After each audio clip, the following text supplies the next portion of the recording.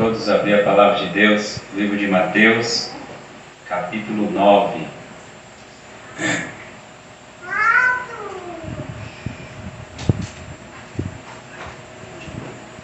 Livro de Mateus, capítulo 9, do versículo 1 até o versículo 8. Nós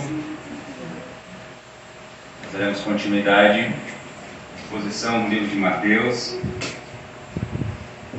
De Mateus, capítulo 9, versículo 1 até o 8. O tema da mensagem de hoje é o Rei Todo-Poderoso, o perdão e a cura. O livro de Mateus, capítulo 9, versículo 1, a palavra de Deus diz assim: Entrando Jesus num barco, passou para o outro lado e foi para sua própria cidade. E eis que lhe trouxeram um paralítico deitado num leito. Vendo-lhes a fé, Jesus disse ao paralítico: Tem bom ânimo, filho, estão perdoados os teus pecados. Mas alguns escribas diziam consigo: Esse blasfema. Jesus, porém, conhecendo-lhes os pensamentos, disse: Por que cogitais o mal no vosso coração? Pois o que é mais fácil? Dizer: Estão perdoados os teus pecados, ou dizer: Levanta-te e anda? Ora, para que saibais que o Filho do Homem tem sobre a terra autoridade para perdoar pecados, disse então ao paralítico: Levanta-te, toma o teu leito e vai para a tua casa. E levantando-se, partiu para a sua casa. Vendo isso, as multidões, possuídas de temor, glorificaram a Deus, que deram tal autoridade aos homens. Amados, nós temos aprendido que nós temos que olhar, estudar, ler a Bíblia, tendo os nossos olhos em Jesus. O próprio Jesus disse em João 5,39: Examinai as Escrituras, e são elas mesmas que testificam de mim. Temos aprendido que para nós crescermos em conhecimento, em 2 Pedro 3,18 fala: Antes crescei na graça e no conhecimento do nosso Senhor e Salvador Jesus Cristo. A Ele seja dada glória, assim agora como no dia da eternidade. João 17,3 fala: A vida eterna é esta, que te conheçam a ti só, por único Deus verdadeiro, e a Jesus Cristo, a quem enviaste. Estamos expondo o livro de Mateus, estamos vendo o que Mateus está nos dizendo, e vimos no capítulo 8 que Jesus terminou o seu grande sermão, e nós lemos que descendo-lhe do monte, grandes multidões o seguiam. Esse mesmo relato aqui que nós vamos falar nessa noite, também encontra-se escrito lá em Marcos capítulo 2, versículo 1 até o 12, e Lucas capítulo 5, versículo 17 até o 26. Mas agora eu quero lembrar para vocês, nós vamos fazer um esboço do que nós já temos aprendido sobre o livro de Mateus. Nós temos visto que o objetivo de Mateus é proclamar que Jesus é o Rei, que Jesus é o Messias, que Jesus é o filho de Davi, que Jesus é o filho de Abraão. Do capítulo 1 até o capítulo 4, versículo 11, Mateus vai começar falando sobre a gênese da vida de Jesus, começo da vida de Jesus. Depois, do capítulo 4, versículo 12 até o 25, ele vai tratar do ensino de Jesus na Galileia dos gentios. Do capítulo 5 até o 17, ele vai falar sobre a lei do governo de Cristo, o Sermão do Monte, o primeiro discurso. E agora ele começou a tratar do poder do governo de Cristo, o poder em resgatar. É importante destacarmos também que a ordem dos milagres, a ordem dos incidentes, ela está diferente daquelas que nós encontramos no livro de Marcos e no livro de Lucas. Provavelmente Mateus ele organiza por tópico e não em ordem cronológica. Se nós olharmos, nós vamos verificar isso, porque agora no capítulo 8 e capítulo 9, Mateus ele vai apresentar o poder do rei. Temos um registro de 10 milagres. Esses milagres, como nós temos visto, têm um propósito, não é aleatório, porque tudo que Deus faz é perfeito, mostra a compaixão pelo homem, cumprimento das profecias e demonstração da verdade salvadora. Nós destacamos também alguns pontos que Mateus demonstra o poder de Deus, o poder de Jesus. Por exemplo, o primeiro ponto que ele destacou é sobre as doenças, do capítulo 8, versículo 1 ao 17, sobre a natureza, no capítulo 8, versículo 23 ao 27, sobre o sobrenatural, do capítulo 8, versículo 28 ao 32, e agora ele vai mostrar o poder de Jesus sobre o pecado. versículo 1 até o versículo 8. E posteriormente vai falar sobre o poder de Jesus sobre a morte. Mas o nosso objetivo nessa noite é nós falarmos sobre a cura desse paralítico em Cafarnaum. E nós continuarmos olhando para as Escrituras com os olhos de Mateus, tendo em vista Cristo. O primeiro ponto que eu quero observar com você é sobre o paralítico e os seus amigos. Versículo 1 e versículo 2. O primeiro ponto é onde que eles estavam. Se nós vermos no versículo 1, Mateus nos diz que Jesus foi para a sua própria cidade. Mas qual era a cidade? Jesus nasceu em Belém. Jesus morava em Nazaré. Aonde que nós encontramos essa resposta? No livro de Mateus, capítulo 4, versículo 13. Veja o que está escrito em Mateus, capítulo 4, versículo 13.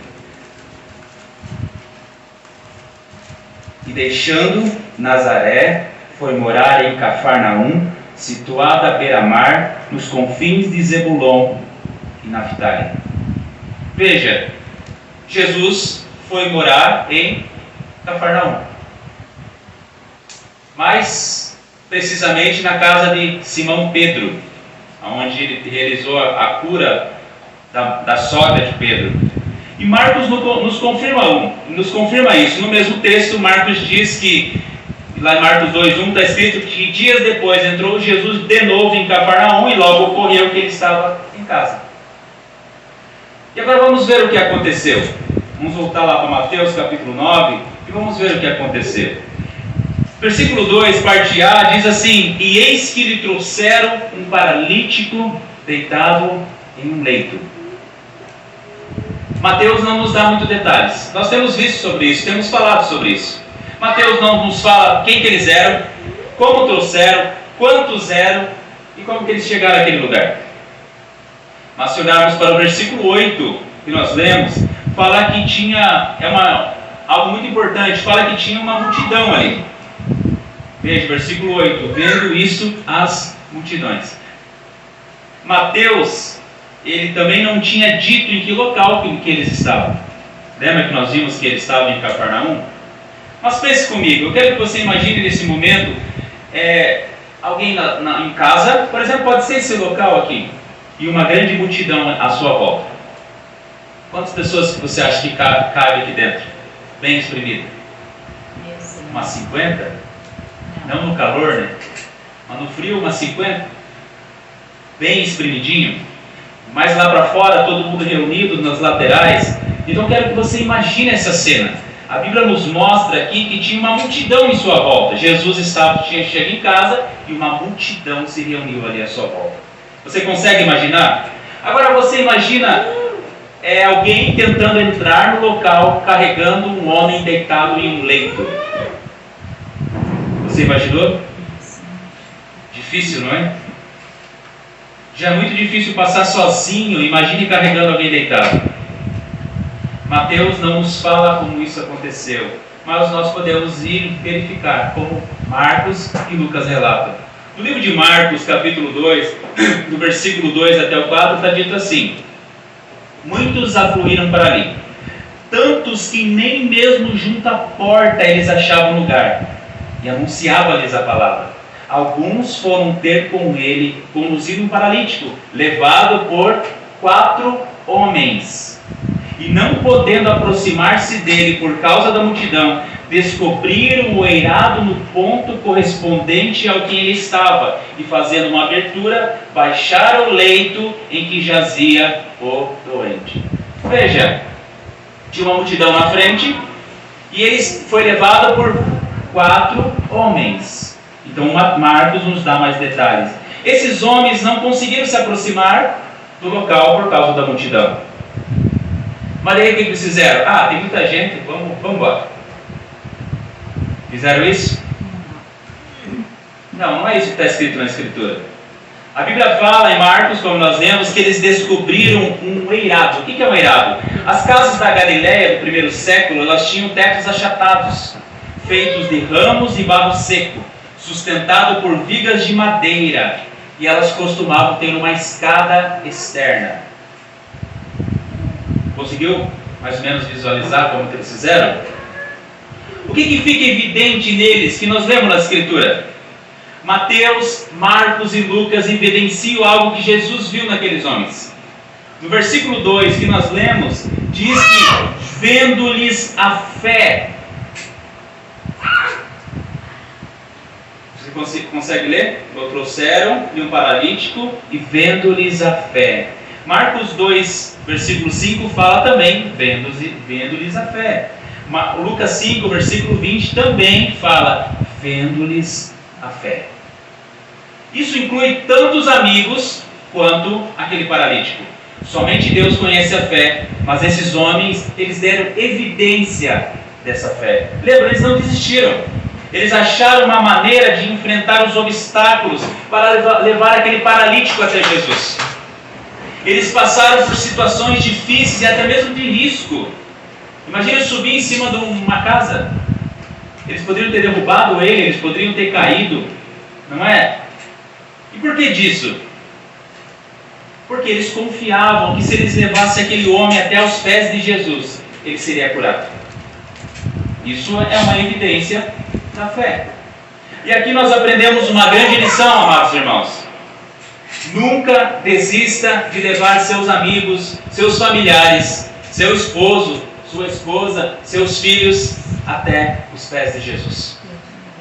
Muitas vezes nós teremos muitos obstáculos, muitos desafios, mas nós continuamos confiando no Senhor e orando por eles. Mesmo que as circunstâncias, mesmo que tenha uma multidão de pessoas na nossa frente, nós não vamos desistir. E um momento ou outro nós vamos conseguir levá-los aos pés do Senhor, se for a vontade do Senhor. Agora eu quero destacar outras pessoas que aparecem nesse texto, que eu vou chamar dos inimigos de Jesus. Versículo 3 fala, mas alguns escribas diziam consigo, este blasfema. Vamos ao primeiro ponto, quem são eles? Esses personagens, eles vão começar a aparecer de forma mais ativa, de forma mais agressiva, a partir desse momento. O livro de Marcos nos mostra em sequência, e lá se nós lermos os textos, nós vamos perceber que a partir desse momento, eles vão começar a perseguir Jesus de forma muito forte, até conseguir levar Jesus para a cruz. Que são os escribas e os fariseus. Veja, Mateus no verso 3, ele fala que tinha alguns escribas. Marcos nos diz que alguns dos escribas estavam assentados ali. Mas Lucas nos diz que tinham ali escribas e fariseus. Eu quero que você entenda sobre eles. Nos sermões passados nós já falamos detalhadamente o que eram os escribas. Eu vou resumir rapidamente. Escribas, eles eram basicamente copistas da lei. Eles, de tanto copiar a lei, eles decoraram o texto bíblico e com o tempo eles sabiam explicar o texto. Eles eram técnicos da explicação, da interpretação bíblica. Eles tinham uma grande influência no povo por causa da sua sabedoria e do seu entendimento. Eles eram como os teólogos daquela época. Se você perguntasse alguma coisa para eles, eles sabiam mais ou menos o que eles estavam falando. Os fariseus. No Novo Testamento, os escribas eles eram frequentemente associados à seita dos fariseus. É importante destacar que nem todos os fariseus eles eram escribas. Porque os fariseus eles pegavam muitas pessoas faziam parte. Flávio Joséfo, que foi um historiador judeu, ele indica que havia mais de 7.000 fariseus. Veja, era uma seita graúda, forte naquela região. Eles viviam como separados por Deus e buscavam servir bem a Ele. Era, como algumas pessoas falam, eles eram como os ortodoxos daquela época. Eles eram muito devotos e eram muito rigorosos. Mas sua ênfase era mais nos atos externos e nos tabus rituais, e eles se tornaram duros e muito formais com as pessoas. Eles eram extremamente legalistas. Esses homens, eles se opuseram vigorosamente a Jesus. E veja, eles estavam envenenados pela malícia e pela inveja. Eles estavam inclinados desde o princípio a culpar Cristo em qualquer situação. Independente se eles acreditassem no Senhor, eles achavam uma maneira de dizer que não, aquilo não era verdade. Eles sempre estavam buscando oportunidade para se opor a Jesus. E aqui nós encontramos uma outra aplicação para as nossas vidas. Assim sempre serão os inimigos do Senhor. Eles estão sempre prontos para nos rodear com suas ideias, com suas mensagens enganosas. E na Bíblia Jesus nos fala muito sobre isso. Veja, em Gênesis nós vemos a imagem de uma serpente. Satanás se apresenta como uma serpente. Você já viu como uma serpente age? Ela fica esperando o momento certo de dar o bote. Apocalipse 12:9 chama essa serpente do diabo e Satanás, o sedutor de todo mundo. Esses dias eu vi até uma imagem de uma serpente hipnotizando a sua caça. Ela fica só esperando e o animalzinho fica ali como se tivesse hipnotizado pelaquela serpente. E essa ilustração é excelente. A serpente espera o momento certo para dar o bote. Em Mateus 12:34, Jesus faz uma declaração de amor para os fariseus. Ele fala assim: raça de víboras, como podeis falar coisas boas sendo maus? Porque a boca fala do que está cheio do coração. O que é uma víbora? Uma serpente. Serpentes. E a Bíblia nos adverte nós tomarmos cuidado com eles. Pedro ilustra o diabo como um leão. E Pedro sabe muito bem como é ser atacado pelo inimigo. Lembra a maneira que Pedro foi atacado pelo inimigo e acabou negando o Senhor? 1 Pedro 5,8 fala: sede sóbrios, sede vigilantes, porque o diabo, vosso adversário, anda em derredor como um gatinho. Não, como um leão que ruge procurando alguém para devorar. Você já viu como o leão caça? O leão não corre em volta. Esse tempo atrás eu vi, gosto dessas coisas. O leão ele não fica correndo de atrás da sua presa. Ele fica esperando a oportunidade. Ele não fica cansando correndo de atrás. Ele fica esperando a oportunidade. Se ele vê que vai conseguir caçar, ele corre e já pega a sua presa. Assim, o apóstolo Pedro fala que é um inimigo das nossas almas. Ele anda em derredor, como que não se quisesse nada, mas buscando alguém para devorar. E essa é uma ilustração do que está acontecendo aqui. Os fariseus e escribas se misturaram ao povo e ficaram armados, esperando a oportunidade para atacar. E agora nós vamos falar do principal personagem de toda essa história. Vamos falar sobre o Rei Todo-Poderoso. Do versículo 2 até o versículo 7 vai falar sobre o Rei. E nós temos visto que os olhos de Mateus não estão sobre o paralítico, não estão sobre os amigos, não estão sobre os escribas e não estão sobre os fariseus. E nós temos sempre que lembrar disso. Quando nós lemos as Escrituras, nós temos que sempre ter em mente que os olhos de quem está escrevendo a Escritura aqui não está sobre nenhum desses personagens. Não está sobre a fé do paralítico, não está sobre a fé dos amigos do paralítico, mas estão sobre Jesus. E é por isso que Mateus parece tão apressado quando ele escreve o seu texto. Porque pode olhar, ele não dá muito detalhe. Ele já vai direto para Jesus. Ele começa dizendo que alguém levou o paralítico até Jesus, vendo Jesus a fé desse paralítico, e não fala como que ele chegou lá, como que fez, como é que é o nome dele, se ele era magro, se ele era mais gordinho, se ele tinha cabelo, se não tinha cabelo. Não está escrito nada disso, porque os olhos de Mateus estão sobre Cristo. Os olhos de Mateus estão sobre o Rei, sobre o Messias, aquele que tem todo o poder, aquele que tem toda a autoridade. E agora eu quero analisar alguns pontos com você, tendo os nossos olhos em Jesus. Veja, a palavra de Deus nos mostra, Mateus nos mostra algo muito importante. Veja comigo o versículo 2. O versículo 2 fala assim: vendo-lhes a fé. Como que a gente vê a fé de alguém? Talvez por algo que a pessoa faça, não é? Mas às vezes pode ser algo externo, não é? E tem outro verso que aprofunda mais esse ver. Veja o versículo 4. Jesus, porém, conhecendo-lhes os pensamentos, Vejam, os fariseus, os escribas e fariseus, eles não falaram nada. Eles pensaram. E Jesus, na Bíblia nos mostra que Jesus, conhecendo-lhes os pensamentos. E aqui Jesus dá uma prova da sua divindade. Veja, Jesus traz à luz os pensamentos secretos daqueles homens. A onisciência é um atributo de quem? É um atributo somente de Deus. Não é um atributo dos simples homens. Nós não conseguimos ler pensamentos. Nós muitas vezes tentamos ler expressões faciais. Mesmo assim, muitas vezes nós falhamos, porque nós não sabemos aquilo que está guardado no coração. E aqui nós vemos o ensino das Escrituras de Jesus 100% Deus, Jesus 100% homem. Durante a humilhação, a qual Hebreus 5,7 denomina como os dias da sua carne, algumas vezes Jesus exibiu conhecimento limitado, condizente com sua verdadeira natureza humana e não com a sua onisciência divina.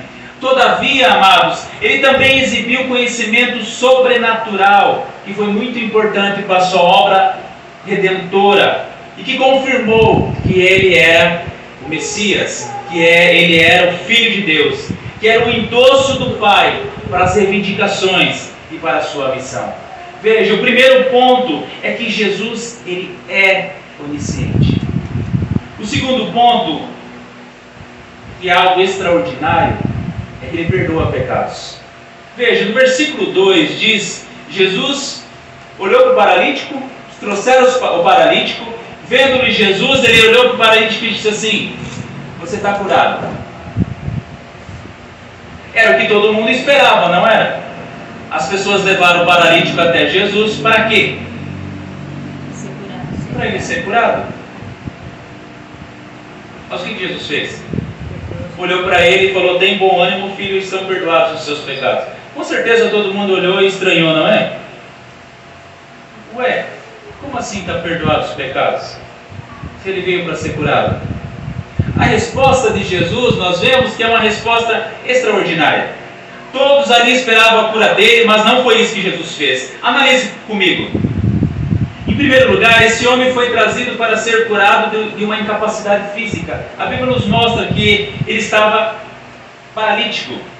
Mas Jesus vai no defeito mais profundo dele, que é o pecado. O grande e mais profundo problema do ser humano é o pecado. Recentemente nós falamos que para o judeu, quando alguém estava enfermo, sempre estava relacionado a pecados. Quantas vezes nós vemos os discípulos perguntando quem cometeu o pecado? Que ele está dessa forma? Então, para os judeus, eles entendiam que quando alguém cometia pecados, eles eram punidos por Deus daquela maneira. E nós vemos através da Escritura que o grande e mais profundo problema do ser humano é o pecado. Porque o pecado é a causa de toda dor, o pecado é a causa de todo sofrimento, o pecado é a causa de toda doença que existe nessa terra. Porque se Adão e Eva não tivessem pecado, não existiria toda essa maldição que sobrevoa toda essa terra. Toda essa violência, toda a corrupção, toda a dor, todo o sofrimento. E Jesus nos mostra o que importa mais. O que importa mais? Perdão dos nossos pecados, que a Bíblia chama também de paz com Deus. O segundo ponto, que o perdão é prerrogativa daquele que foi ofendido. O Josué magoou a Nicole e eu vou lá e perdoo o Josué. Faz algum sentido? Não, o perdão parte da Nicole para o Josué. Portanto, para perdoar pecados, esse tem que ser de quem se sentiu ofendido. E o pecado é sempre contra quem? Contra Deus. Quem tem que perdoar pecados? Deus somente. Os escribas e fariseus, eles discerniram perfeitamente isso daqui. Porque em Marcos 2,7 eles falam assim: por que fala ele desse modo? Quem pode perdoar pecados senão um que é Deus? Está correto? Sim, eles estão corretos. O grande problema deles é que os seus olhos estão cegos. Eles são inimigos de Jesus. Eles se tornaram inimigos de Jesus. Eles estão inclinados a partir para cima de Jesus como se Jesus não fosse aquilo que todo mundo diz que ele é, aquele que ele diz que ele é. Então a conclusão dos fariseus e escribas estaria correta se Jesus fosse meramente um homem qualquer. E o terceiro ponto é que Jesus tem toda a autoridade. No versículo 6, veja o que está escrito no versículo 6. Ora, para que saibais que o Filho do Homem tem sobre a terra autoridade para perdoar pecados, disse então ao paralítico: levanta-te, toma o teu leito e vai para a tua casa. Veja, para que saibais que o Filho do Homem tem sobre a terra autoridade para perdoar pecados. Após a acusação dos escribas e fariseus, Jesus questiona eles com a seguinte pergunta. Veja o versículo 5. Qual que é mais fácil? Dizer: são perdoados os teus pecados, ou dizer: levanta-te e anda? Pensa comigo.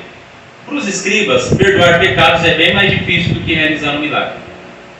Para os escribas, uma vez que perdoar pecados tem que ser Deus.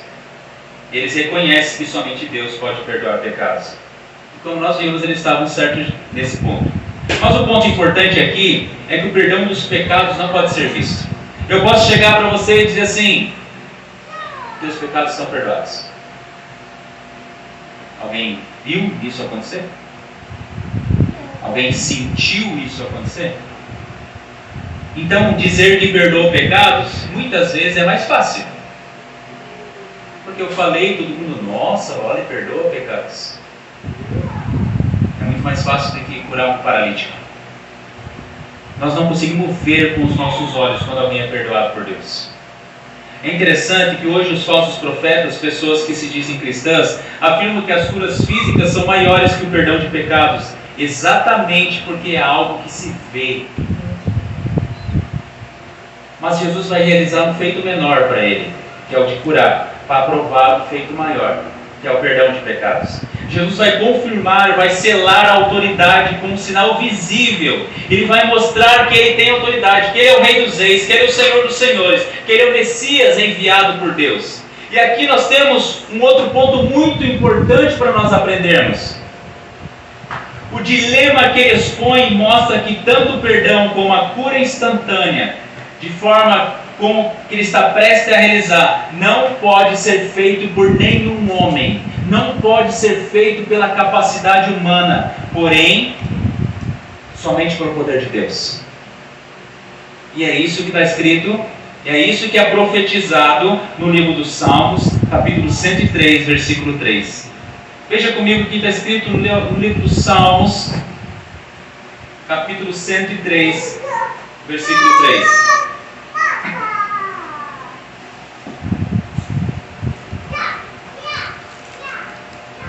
Alguém quer ler?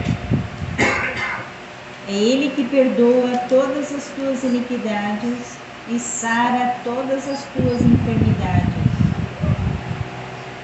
Quando tu lê esse versículo agora, você consegue olhar para esse texto que Mateus está falando? É Ele que perdoa todas as tuas iniquidades, é Ele quem sara as tuas enfermidades. Veja de quem que o salmista está nos falando. O salmista está falando de Jesus Cristo. Os olhos do salmista estão em Cristo. E o quarto ponto é que Jesus é o Salvador. O benefício primário da graça não é a cura. O benefício primário da graça não é você ficar feliz, você ficar contente, você ficar realizado, você ter prosperidade, você ter qualquer coisa. O benefício primário da graça é o perdão de pecados. Se nós olharmos para a Escritura, é isso que a Escritura diz. Não faz nenhum sentido nós sermos curados do câncer e passarmos o resto da eternidade no inferno. Não faz sentido nenhum. O profeta Isaías, ele fala sobre isso. Lá em Isaías 53, versículo 4, fala: certamente ele tomou sobre si as nossas enfermidades e as nossas dores levou sobre si. Mas qual que é a nossa maior enfermidade? Qual que é a doença que mais nos aflige? Qual que é a doença que mata 100% das pessoas? A peste negra é fichinha perto dessa doença. Romanos 6:23. O salário do pecado é a morte. Quantos por cento mata dos infectados? O pecado é como um vírus mortal que mata 100% dos infectados. O pecado é uma afronta contra Deus. E Mateus nos falou já sobre qual era a missão de Jesus. Muitas vezes nós nos esquecemos qual era a missão de Jesus. Algumas pessoas falam que Jesus veio a esse mundo para curar as pessoas, para dar paz para as pessoas, para ajudar elas nas necessidades. Não é isso que está escrito. Vejam em Mateus capítulo 1, versículo 21.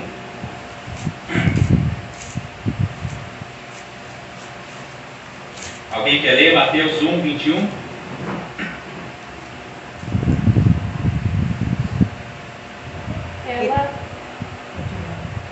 Ela dará luz ao filho e lhes porá o nome de Jesus, porque ele salvará o seu povo dos pecados deles. Quem Jesus veio? Porque ele salvará o seu povo dos pecados deles. Veja, não é isso que nós estamos vendo nesse texto aqui? Jesus poderia ter parado aqui, não é? O paralítico com certeza iria sair realizado. Agora ele tinha paz com Deus. Lhe darás um filho e lhe porás o nome de Jesus, porque esse salvará o seu povo dos pecados deles. Olha, Jesus é o Salvador. A missão dele é salvar-nos dos nossos pecados. O que nos traz dor? O que nos traz aflição? O que nos traz ansiedade? O que nos traz angústia e tristeza? O pecado. Por que nos salvar dos pecados? Isaías 59:2 nos responde: mas as vossas iniquidades fazem separação entre vós e o vosso Deus, e os vossos pecados encobrem o seu rosto de vós, para que vos não ouça. Percebeu? Pecado. Por que ele veio nos salvar dos nossos pecados? Porque as nossas iniquidades nos fazem separação entre nós e Deus. E os nossos pecados encobrem o seu rosto para que não nos ouça. Você consegue perceber por que Jesus veio para esse mundo? Por que Jesus teve que vir para esse mundo? Porque nós estávamos totalmente separados de Deus, nós não poderíamos ter acesso ao Senhor, nós não poderíamos ter comunhão com o Senhor. E o Senhor nunca, jamais nos ouviria, porque os nossos pecados encobrem o seu rosto, para que Ele não nos ouça. E o quinto ponto nessa noite: Ele cura de verdade. Veja o versículo 6 e versículo 7. Ora, para que saibais que o Filho do Homem tem sobre a terra autoridade para perdoar pecados, disse então ao paralítico: levanta-te, toma o teu leito e vai para a tua casa. E levantando-se partiu para a sua casa. O que é esperado de alguém que foi curado totalmente? Que levante ali meio cambaleando e depois faça fisioterapia para melhorar a estrutura? Provavelmente ele possa ter ficado a vida inteira dele sem andar. E de repente ele aprendeu. Não como uma criança que aprende ao passo por passo. Mas a Bíblia fala que ele levantou, pegou seu leito e foi para casa. Quando nós esperamos que alguém é curado de verdade, nós esperamos que essa pessoa fique 100%. Não é muito o que nós vemos por aí nos curandeiros gospels, não é? Muitas pessoas que se dizem curadas, mas continuam mancando e continuam com dores. Pessoas que se dizem curadas muitas vezes e toda semana pedem a mesma cura. O problema que tenho em mente é o engano desses que se dizem curadores. Eles enganam as pessoas oferecendo curas e milagres, mas eles não são capazes de fazer. O ponto é que alguns dão poder místico à fé, mas não é a fé quem cura. Veja, a Escritura está nos mostrando aqui, ó, quem curou foi a fé?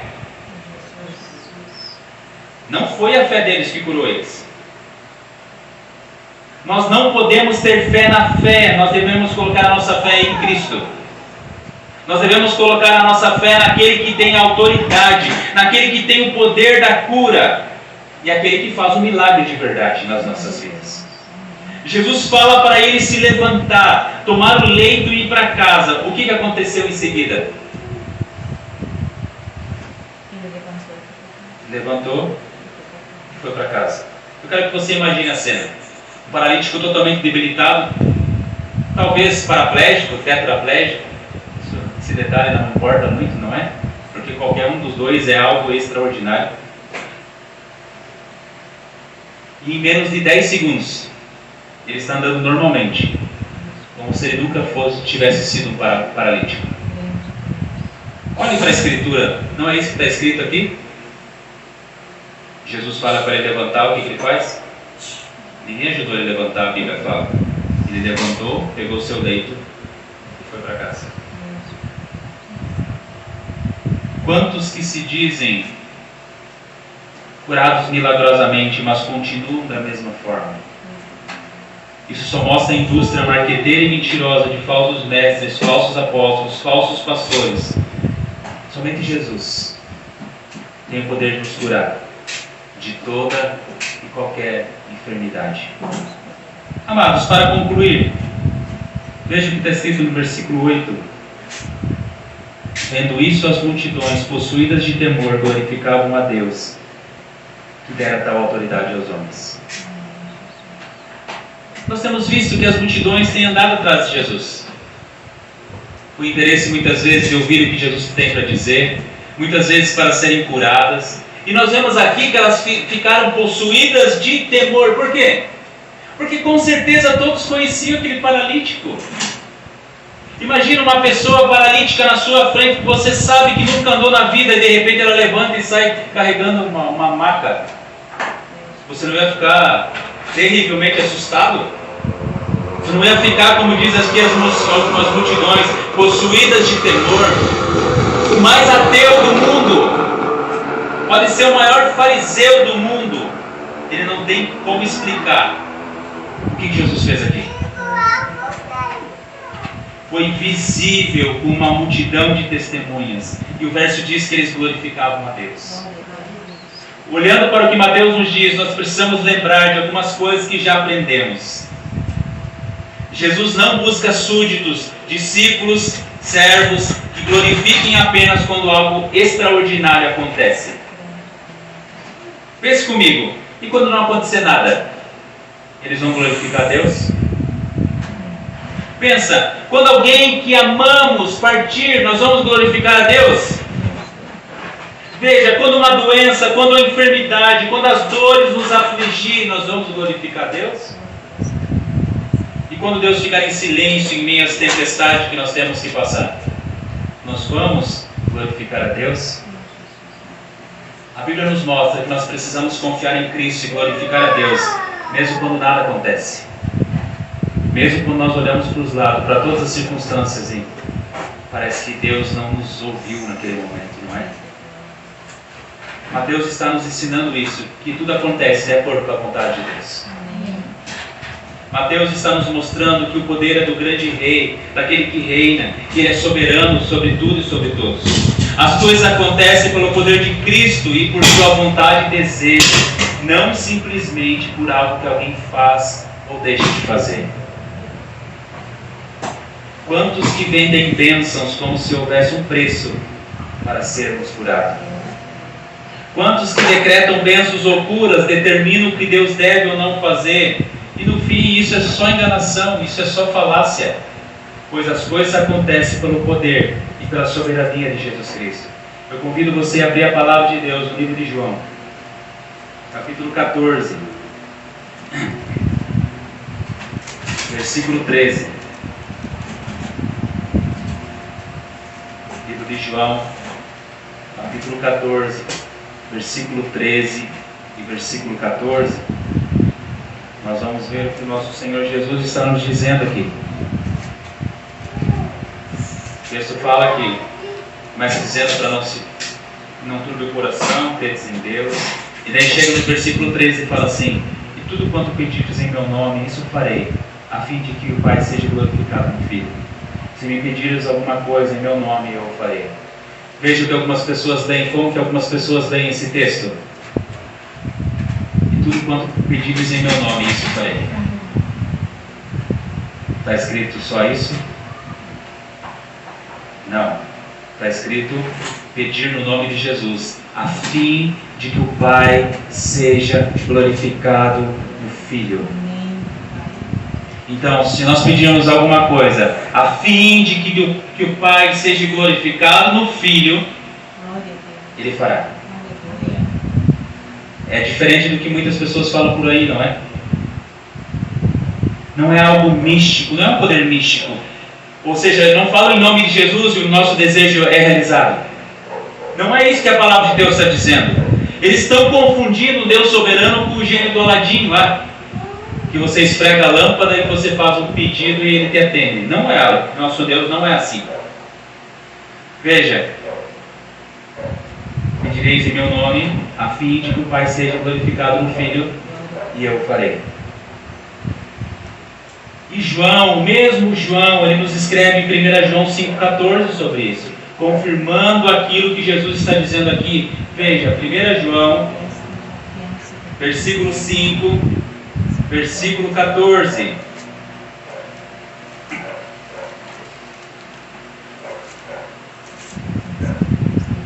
João 5,14 fala: e essa confiança que temos para com Ele, que se decretarmos, determinarmos,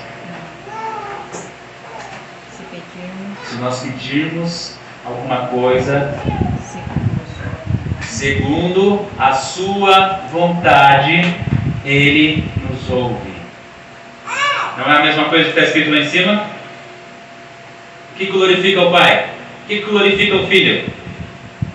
Fazermos a vontade de Deus, de acordo com a vontade de Deus. Então é essa confiança que temos para com Ele, que se pedirmos alguma coisa segundo a sua vontade, Ele nos ouve. Esse versículo destrói toda a falácia de muitas pessoas por aí, de misticismos muitas vezes baratos por aí, não é? Se pedirmos alguma coisa segundo a sua vontade, segundo aquilo que o Senhor deseja, Ele nos ouve. E o apóstolo Paulo nos fala em Romanos 12:2 que a vontade de Deus é boa, agradável e perfeita. Deus seja louvado.